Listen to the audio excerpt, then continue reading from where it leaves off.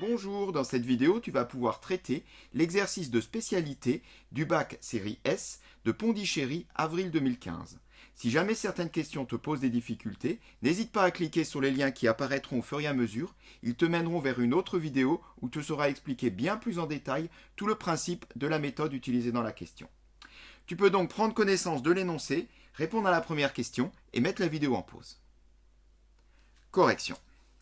Bien, ici, il s'agit d'une question de cours. On te demande d'appliquer le théorème de Gauss pour démontrer une propriété qui est en réalité, certainement appelée dans ton cours, corollaire du théorème de Gauss. Donc, on sait que B divise A et que C divise A. Donc, on peut déjà l'écrire. La question est de prouver que dans ce cas, eh bien, le produit BC divise A. Alors, ce qu'on va commencer par faire, c'est déjà introduire deux entiers K et K', puisque B divise A, cela veut dire qu'il existe un entier K tel que B multiplié par K est égal à A, et qu'il existe un autre entier K' tel que K' multiplié par C est également égal à A. Alors, on veut démontrer que BC divise A. Eh bien, on va donc démontrer qu'il existe un troisième entier, par exemple K seconde, tel que K seconde fois BC sera égal à A. Alors, pour cela, on le verra, on sera amené, comme c'est indiqué dans l'énoncé, à appliquer le théorème de Gauss. Bien, alors déjà, ce qu'on pourrait noter, c'est que comme KB est égal à A et que K'C est égal à A, bien, on peut en déduire dans ce cas-là que KB est égal à K'C. Et cette égalité va nous permettre de dire quoi? Eh bien, de dire que B divise K'C, puisqu'il existe un réel K tel que KB égale à ce machin. Donc B divise K'C. Donc B divise K'C. Premier résultat. Et ce premier résultat, associé au fait que B et C sont premiers entre eux, va nous permettre d'appliquer le théorème de Gauss. Notons-le. Alors, qu'est-ce qu'il nous dit, ce théorème de Gauss? Alors, je le donne comme on l'écrit habituellement dans la leçon. Donc, le nom des lettres choisies ne correspond pas exactement à l'exercice, mais il faut quand même bien le comprendre. Ce théorème, il est facile à comprendre. Eh bien, il te dit que, de manière générale, si tu as A qui divise BC, et si A et B sont premiers entre eux, eh bien, dans ce cas-là, cela veut dire que B ne peut pas être un multiple de A. Donc, si B ne peut pas être un multiple de A, comme A et B sont premiers entre eux, eh bien, c'est forcément C qui est un multiple de A. Eh bien oui, puisque A divise BC. Dans ce cas-là, eh bien, ça voudra dire que A divise C. C'est bien ça la conclusion qu'on a de notre théorème de Gauss. Eh bien, c'est exactement ce qu'on a ici. On a ici B qui divise K'C. Et on a B et C qui sont premiers entre eux. Donc C ne peut pas être un multiple de B. Ce qui veut dire que c'est forcément l'autre qui est un multiple de B. Et ce qui veut dire que nécessairement, eh bien, c'est B qui divise K'. On peut le marquer. Donc B divise K'. Alors après, ça va aller très vite parce que on y est presque. Si B divise K', cela veut donc dire qu'il existe un nouvel entier qu'on va appeler K seconde, celui dont on avait besoin au départ, tel que K seconde B est égal à K'.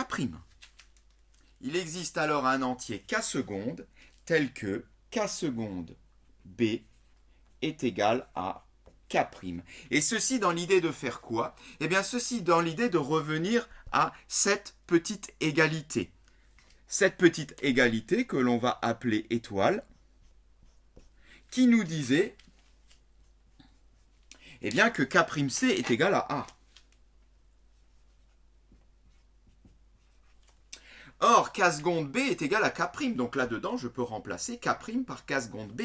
Ce qui me donne K seconde B fois C est égal à A. Eh bien, ceci, c'est ce qu'on voulait au départ. S'il existe un réel s'il existe un entier K seconde tel que K seconde BC est égal à A, cela veut bien dire, comme c'est demandé, que BC divise A. On en déduit que BC divise A. Et c'est bien ce qu'il fallait démontrer. Voilà, je te laisse répondre à la question 2A et mettre la vidéo en pause. Correction. Bien, alors dans ce tableau, on te donne des résultats. Et en réalité, ces résultats semblent contredire ce qui a été posé plus haut, la propriété qu'on a démontrée plus haut. En effet, on voit que 3, alors on ne dit pas encore que c'est vrai, c'est une affirmation de l'élève, on verra après dans la suite qu'il s'est en réalité trompé. Mais en tous les cas, on voit que 3 divise 2 puissance 33 moins 1, puisque je trouve un affichage entier. Je vois que 4 divise 2 puissance 33 moins 1. D'après la propriété qu'on a démontrée plus haut, eh bien, dans ce cas-là, le produit de 3 fois 4, B fois C, devrait diviser 2 puissance 33 moins 1. C'est-à-dire, 12 devrait diviser 2 puissance 33 moins 1. Or, ce n'est pas le cas, puisque on voit que 2 puissance 33 moins 1 divisé par 12 donne un nombre décimal. Donc, il y a un petit souci. En tous les cas, c'est pas ça la question. La question est simplement de voir si l'affirmation contredit le résultat. Donc là, on va dire oui, l'affirmation contredit le résultat, et on va l'expliquer. D'abord, rappelons que 3 et 4 sont des nombres premiers entre eux, puisque ceci est essentiel pour faire fonctionner la propriété. PGCD de BC est égal à 1. Alors, évidemment, on ne va pas le démontrer. C'est évident que 3 et 4 sont premiers entre eux. Deuxième point, c'est que 3 et 4 divisent 2 puissance 33 moins 1. Alors, on ne va pas dire 3 et 4 divisent 2 puissance 33 moins 1, mais on va dire si 3 et 4 divisent 2 puissance 33 moins 1, alors, eh bien alors le produit des deux, c'est-à-dire 3 fois 4, donc 12, devrait diviser 2 puissance 33 moins 1.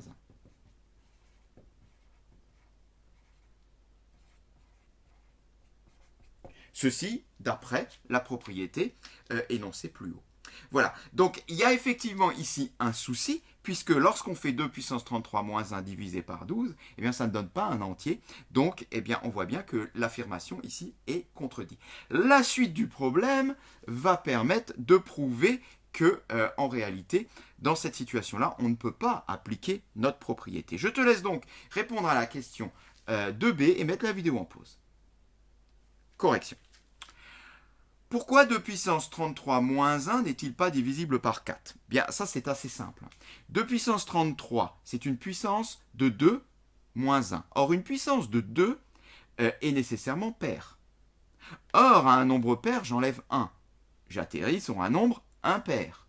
Eh bien, un nombre impair ne peut pas être divisible par 4. Nécessairement, il n'y a que les nombres pairs qui sont divisibles par 4. Et voilà pourquoi 2 puissance 33 moins 1 n'est pas divisible par 4. 2 puissance 33 est pair, 2 puissance 33 moins 1 est donc impair. 4 ne divise pas un nombre impair, donc 4 ne divise pas 2 puissance 33 moins 1. Tu peux passer à la question C et mettre la vidéo en pause.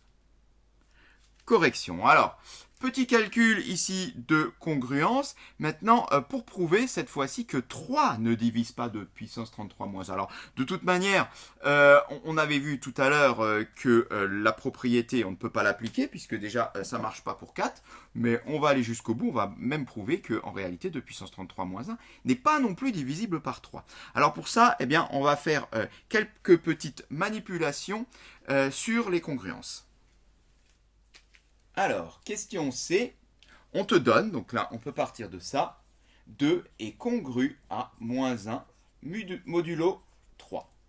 Et à partir de là, on veut donc prouver que 3 ne divise pas 2 puissance 33 moins 1. Comment on va y arriver? Ce qu'il faudrait, c'est montrer que 2 puissance 33 moins 1 est congru à un nombre non nul modulo 3. Parce que si tel est le cas, eh bien, cela voudra dire que la division de 2 puissance 33 moins 1 par 3 a un reste non nul. Donc, forcément, ce n'est pas divisible. Ce qu'on va faire, c'est qu'on va refabriquer notre 2 puissance 33 moins 1 en partant de ça. Et on va essayer de voir si effectivement, ici, il me reste un nombre non nul, qui sera donc le reste. Commençons donc déjà par élever tout ça à la puissance 33, car on a une propriété qui nous dit que si A est congru à B modulo n, eh bien A puissance P est congru à B puissance P modulo n. Donc on l'applique avec 33, ça fait 2 puissance 33, qui est congru donc à moins 1 puissance 33 modulo 3. Or, moins 1 puissance 33, c'est du moins 1 fois moins 1 fois moins 1, un nombre impair de fois. Règle des signes, il me reste moins 1. Donc finalement, 2 puissance 33 est également congru à moins 1 modulo 3, en partant de ça. Bon, on pouvait s'en douter, c'est une puissance de 2, de toute façon. Qu'est-ce qu'il nous reste? Bien, il nous reste donc à refabriquer notre moins 1. Donc moi, je voudrais prouver que c'est 2 puissance 33 moins 1 qui n'est pas divisible par 3. Alors, je vais enlever de part et d'autre moins 1. Ça fait 2 puissance 33 moins 1, qui est congru à moins 1, donc moins 2, modulo 3. Eh bien là, c'est fini. On est arrivé à ce qu'on voulait.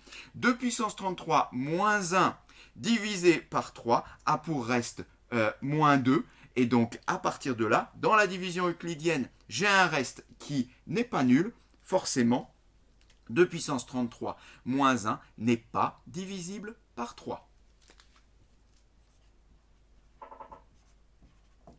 N'est donc pas divisible par 3.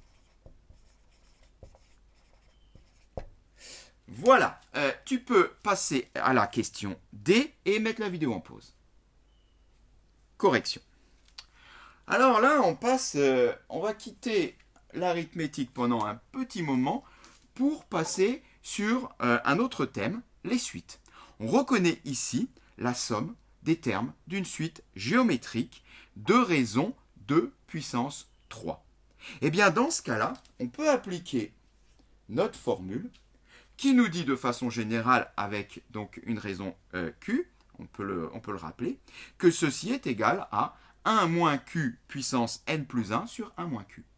Ici, Q est égal à 2 puissance 3, ça va donner S égale 1 moins 2 puissance 3 puissance, donc j'allais jusqu'au dixième terme, donc je vais ici à 11, n plus 1, le tout sur 1 moins Q, donc le tout sur 1 moins 2 puissance 3. Voilà, on simplifie un tout petit peu cette écriture, ça va donner donc 1 moins, alors 2 puissance 3 puissance 11, soit 2 puissance 33, sur 2 puissance 3, ça fait 8, 1 moins 8, moins 7. On va juste l'écrire dans l'autre sens. De cette façon-là, on retrouve notre 2 puissance 33 qu'on traîne depuis le début. On se doute bien que ceci, ça va servir. Ça donne donc 2 puissance 33 moins 1 sur plus 7, donc sur 7. Voilà le résultat de notre somme. Tu peux donc répondre à la dernière question de la partie 2 et mettre la vidéo en pause. Correction. Alors pourquoi 7 divise 2 puissance 33 moins 1 Là, la question n'est pas très difficile. Il faut juste penser à un truc. C'est que si je fais la somme S avec des termes d'une suite géométrique dont la raison est un nombre entier, je fais donc la somme de nombres entiers. Et quand on fait la somme de nombres entiers, on tombe sur un entier, forcément. Hein. Du coup, S est entier.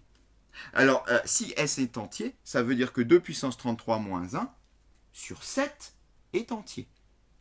Eh bien, si ceci est un nombre entier, nécessairement, ça veut dire que 2 puissance 33 moins 1 est bien divisible par 7, puisqu'il faut arriver ici donc à une valeur entière. Voilà, il suffit juste de dire ça, on va l'écrire. S est donc un nombre entier comme somme de nombres entiers. Donc, que 2 puissance 33 moins 1 est divisible par 7, ou comme c'est écrit dans l'énoncé, que 7 divise 2 puissance 33 moins 1. Voilà, je te laisse passer à la troisième question et mettre la vidéo en pause. Alors, cette question, elle est assez facile, donc j'espère que tu as pensé à l'effectuer. Donc 2 puissance 7 moins 1, ça fait 128 moins 1, soit 127. 127 est-il un nombre premier? Bon, la technique consiste bien à tester tous les diviseurs éventuels. On ne va pas les tester tous, on va aller seulement jusqu'à la racine carrée de 127. Racine carrée de 127, c'est 11 et des poussières, donc on va aller jusqu'à 11. Bien, on y va. Alors, déjà, 127 n'est pas divisible par 2, puisque le nombre est impair. 127 n'est pas divisible par 3, puisque la somme de ces chiffres n'est pas divisible par 3. 1 plus 2 plus 7, ça fait 10, donc ce n'est pas divisible par 3. Ni par 4, car il n'est pas divisible par 2. Ni par 5, car il ne se termine ni par 0 ni par 5. Ni par 6, puisqu'il n'est pas divisible ni par 2 ni par 3. Par 7, bien on le divise avec la calculatrice, on voit que le reste n'est pas nul. Ni par 8 pour les mêmes raisons qu'avant, ni par 9 car il n'est pas divisible par 3, ni par 10 car il n'est pas pair, ni par 11 puisque en le divisant j'ai un reste non nul. Voilà, en gros, alors il n'y aurait peut-être pas tout ça à dire, ce qui serait intéressant quand même de dire c'est que tu le testes déjà jusqu'à racine carrée de 127 avec tous les entiers successifs, tu donnes quelques exemples pour montrer que ça ne marche pas et tu en conclus donc que 127 est bien un nombre premier. Et premier. Voilà. Je ne rédige pas tout ce que j'ai dit, tu l'as bien compris.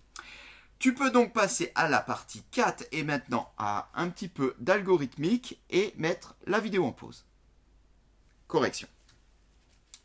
Bien, alors avant de commencer, j'ai déjà commencé à expliquer le fonctionnement de l'algorithme, c'est très important pour répondre aux questions bien évidemment. On voit ici, donc on te donne une petite indication sur la fonctionnalité mode qui renvoie le reste de la division euclidienne de n par k. Dans quel but? Bien, là, dans le but de tester si un nombre est divisible par un autre ou pas, pour savoir si ce nombre-là, donc ici le nombre grand N, hein, dans l'entête, hein, est premier ou non. Cet algorithme va permettre de tester si un nombre est premier ou ne l'est pas. Comment ça fonctionne et quel est ce nombre? Eh bien, ce nombre, déjà, c'est un nombre du type nombre de Mersenne, on s'en doute bien. C'est pour ça que on le voit dans la boucle temps que, mode 2 puissance n moins 1, virgule k. On cherche à savoir si 2 puissance n moins 1 est premier ou ne l'est pas. Et qu'est-ce qu'on va faire? Bien, on va tout simplement tester tous les entiers k, hein, de 2, le premier qui nous intéresse. Hein, bon, tous les nombres sont divisibles, tous les nombres entiers sont divisibles par 1, donc on ne va pas tester pour 1. Donc de 2 jusqu'à la racine carrée de notre nombre. Je l'ai dit tout à l'heure, il n'est pas nécessaire de les tester tous jusqu'au nombre, mais simplement jusqu'à sa racine carrée. C'est pour ça qu'on voit que dans la boucle temps que, on va s'arrêter à racine carrée de 2n moins 1. Eh bien, si on fait tout le tour de la boucle, sans jamais s'arrêter, et qu'on obtient à chaque fois un reste non nul, on pourra donc sortir de notre boucle avec la condition si k supérieur à racine de 2n-1 vérifiée, et donc afficher éventuellement la valeur de k, mais en tous les cas, afficher le nombre 2 puissance n-1 est premier. Sinon, cela voudra dire que forcément, on sera sorti plus tôt de la boucle. Pourquoi? Parce que le reste, à un moment ou l'autre, aura été nul, et on sait bien que si le reste est nul, ça veut dire que le nombre il est divisible par un autre. Et dans ce cas-là, bien, le nombre n'est pas premier. Dans ce cas-là, donc dans le sinon, au niveau du K2, eh bien, on va pouvoir afficher la valeur de K et dire notre nombre n'est pas premier. OK? Question 4a. Alors, commençons avec le cas n égale à 33. Déjà, ce qu'on peut dire, c'est que si n égale à 33, c'est 2 puissance 33 moins 1 qu'on étudie. Et on a vu tout à l'heure que 2 puissance 33 moins 1 est divisible par 7. Donc on peut déjà être assuré ici qu'on se trouvera dans le cas 2, puisque 2 puissance 33 moins 1 n'est pas un nombre premier, puisqu'il est divisible par 7. On peut le rappeler, donc 7 divise 2 puissance 33 moins 1. Donc, K2 va nous afficher le nombre n'est pas premier. C'est clair. Maintenant, qu'est-ce qu'il va afficher pour K? Est-ce qu'il va afficher 7? Est-ce qu'en fait, c'est 7 qui va nous faire sortir de la boucle? C'est-à-dire, en gros, est-ce que c'est 7 le premier entier qui divise 2 puissance 33 moins 1? Bah pour cela, il faut revenir à ce qu'on a vu avant. On a dit 2 puissance 33 moins 1 n'est pas divisible par 2. Je rappelle, ça c'est pair, donc moins 1 c'est impair. On a démontré que 2 puissance 33 moins 1 n'est ni divisible par 3 ni divisible par 4. C'est aussi démontré dans les parties précédentes. Donc ça ne sera pas divisible par 6 non plus, puisque 2 fois 3, 6, vu que ce n'est pas divisible par 2 ni par 3. La question qui reste, c'est de savoir si 2 puissance 33 moins 1 est divisible par 5. Bien pour cela, on tape 2 puissance 33 moins 1 sur la calculatrice, divisé par 5. Elle va te donner une valeur approchée, entière, c'est vrai, mais tu vas voir que cette valeur approchée entière ne se finit ni par 0, ni par 5. À partir de là, eh bien 2 puissance 33 moins 1 n'est pas divisible par 5. Donc, 7 divise 2 puissance 33 moins 1, mais en plus, c'est le premier entier qui divise 2 puissance 33 moins 1. Donc, ce qu'on aura en sortie, ça sera k égale à 7 et 2 puissance 33 moins 1 n'est pas premier. Alors, passons au deuxième cas, le cas où n égale à 7. Donc, on va être amené ici à étudier 2 puissance 7 moins 1, qui est égal à 127, on le rappelle. Et ce cas-là, on l'a déjà même étudié à fond, puisqu'on a été mené à dire que 127 est un nombre premier. Ce qui veut dire qu'au niveau de l'affichage, on va se trouver ici dans le cas 1. Et donc, en sortie, on aura 2 puissance 7 moins 1 et premier. La question juste qu'il nous reste à répondre, c'est de savoir quelle est la valeur de k qui va être affichée en sortie. Bien, donc, l'algorithme va tourner ici en boucle et ne va jamais obtenir de reste nul. Donc, il va sortir simplement quand le test 4 inférieur ou égal à 2 puissance 7 moins 1 n'est plus vérifié. Donc, quelle est la première valeur de k qui renvoie ça? Bien, pour cela, on le rappelle, la racine carrée de 127, je l'avais dit tout à l'heure, est environ égale à 11, des poussières, donc 11,3. Bien, ce qui veut dire que tant que je serai en dessous de 12, eh bien, je resterai dans la boucle. Et dès que je passerai 12, je sortirai de la boucle. Eh bien, on aura en sortie k égale à 12. C'est à partir de 12 qu'on arrêtera de faire les tests. Voilà, je te laisse répondre à la question B et mettre la vidéo en pause. Correction. Alors, en réalité, à cette question, on y a déjà répondu. À la suivante aussi, d'ailleurs. On ne peut pas ne pas s'être posé ces questions-là pour répondre aux questions précédentes. Ce n'est pas possible. Donc là, il suffit simplement de poser les choses. Donc, qu'est-ce qu'on te dit? Que représente le K2 pour le nombre de Mersenne étudiés? Bien, ici, ça concerne tout simplement les nombres de Mersenne qui ne sont pas premiers. Et que représente alors le nombre k? Bien, on l'a dit également. Bien, cela veut dire ici qu'on a été amené à sortir de la boucle, tout simplement parce que le test ici mode 2 puissance n moins 1, k différent de 0 n'est pas vérifié. Autrement dit, on a un reste nul. Cela veut donc dire que k, c'est là le plus petit de ces diviseurs, bien sûr, différent de 1. On le note.